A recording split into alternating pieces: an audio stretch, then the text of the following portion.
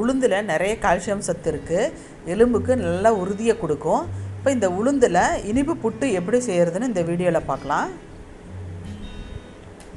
1 cup அளவுக்கு உளுந்து எடுத்துருக்கிறேன். இது கூட 1 ஸ்பூன் பச்சரிசி சேர்த்து ஊற வச்சிடலாம். 1 மணி நேரம் ஊறட்டும். ஊறின பிற்பாடு மிக்ஸி ஜாருக்கு மாற்றிக்கலாம். கொஞ்சமாக தண்ணி விட்டு அரைக்கணும்.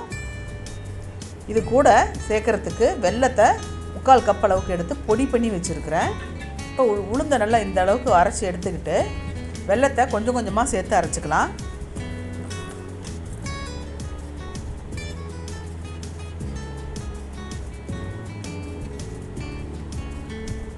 இப்போ 1/2 ஸ்பூன் சுக்கு, 1/2 ஸ்பூன் ஏலக்காயும் சேர்த்து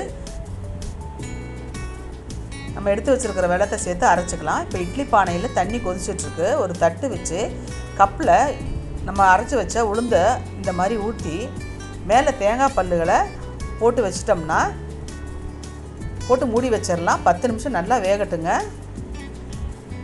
10 நிமிஷம் கழித்து ஒரு கத்தி எடுத்து இந்த மாதிரி குத்தி பார்த்தோம்னா பாருங்கள் ஒட்டலை. ஒட்டுச்சுன்னா வேகலைன்னு அர்த்தம். அப்போ இன்னும் கொஞ்சம் நேரம் வேக வைக்கலாம். இப்போ ஒட்டலை, அதனால் நம்ம அடுப்பை ஆஃப் பண்ணிவிட்டு எடுத்து ஆற விட்டு கத்தியால் கீறினோம்னா பாருங்கள் உளுந்த புட்டு ரெடி ஆகிடுச்சு.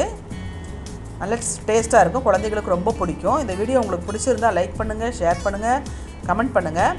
ஜெய்ஹோம் சேனலை சப்ஸ்கிரைப் பண்ணுங்கள். பக்கத்தில் இருக்கிற பெல் பட்டனை மறக்காமல் கிளிக் பண்ணுங்கள். வாழ்க வளமுடன்.